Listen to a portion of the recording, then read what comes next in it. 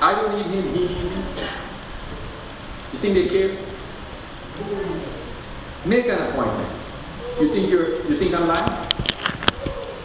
Huh? Make an appointment to see the Vice President.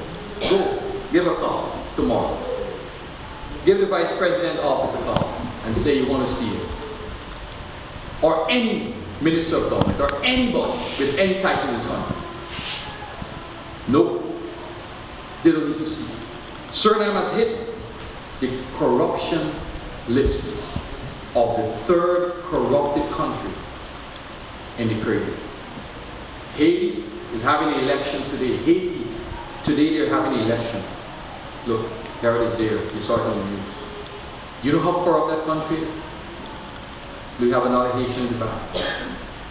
Cause all these Haitians to leave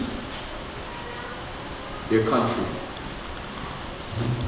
Many of them came to Suriname for a better life. Many of them went to Guyana. Some of them can make it to Miami.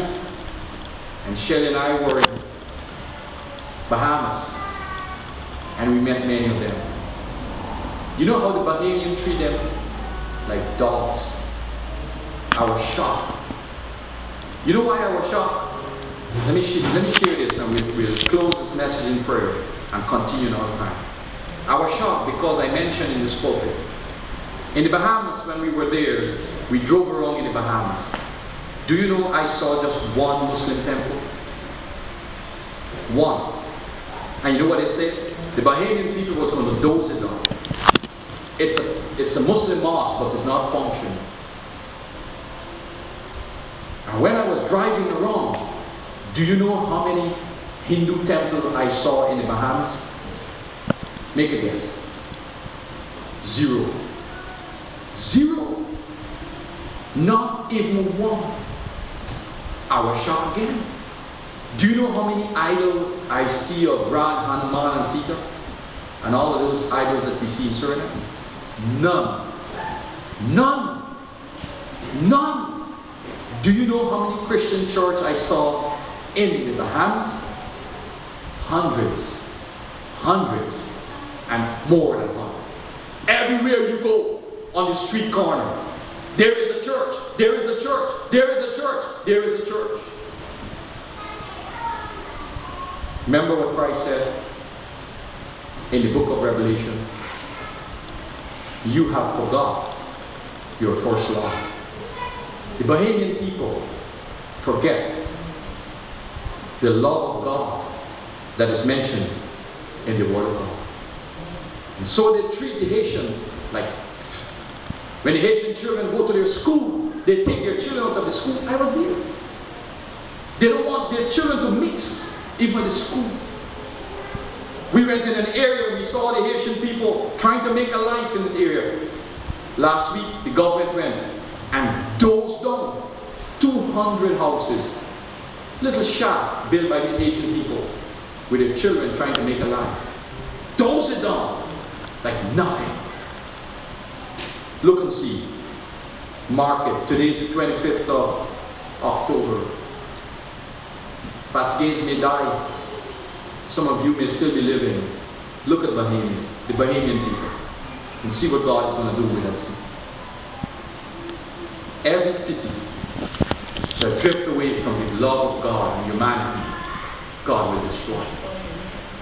Suriname, years ago, had an opportunity.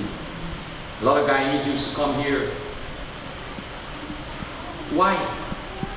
To find a little job and to buy some bread and take back for their children and some flour and clothes, and things were really tough in Guyana.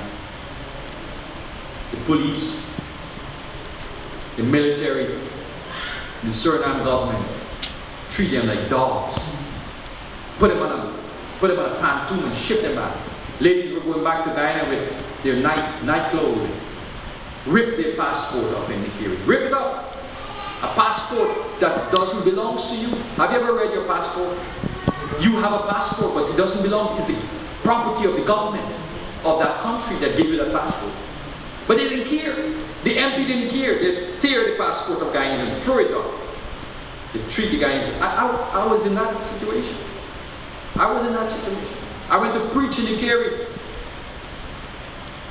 I had stay legal documents in this country, and I went to preach, and they took me out of the bus. And they said, you can't come to Nigeria and preach. I said, why? Look, I'm legal in the country. I have a tulati. And the MP guy said, no, you have to get permitted to come to. I said, well, is Nigeria not a country? Why do I have to get permit to come to Nigeria from Paramarco? Is Nigeria not a state and not a country? He didn't like what I said. He put me on the bench. He said, you're going back to Guyana.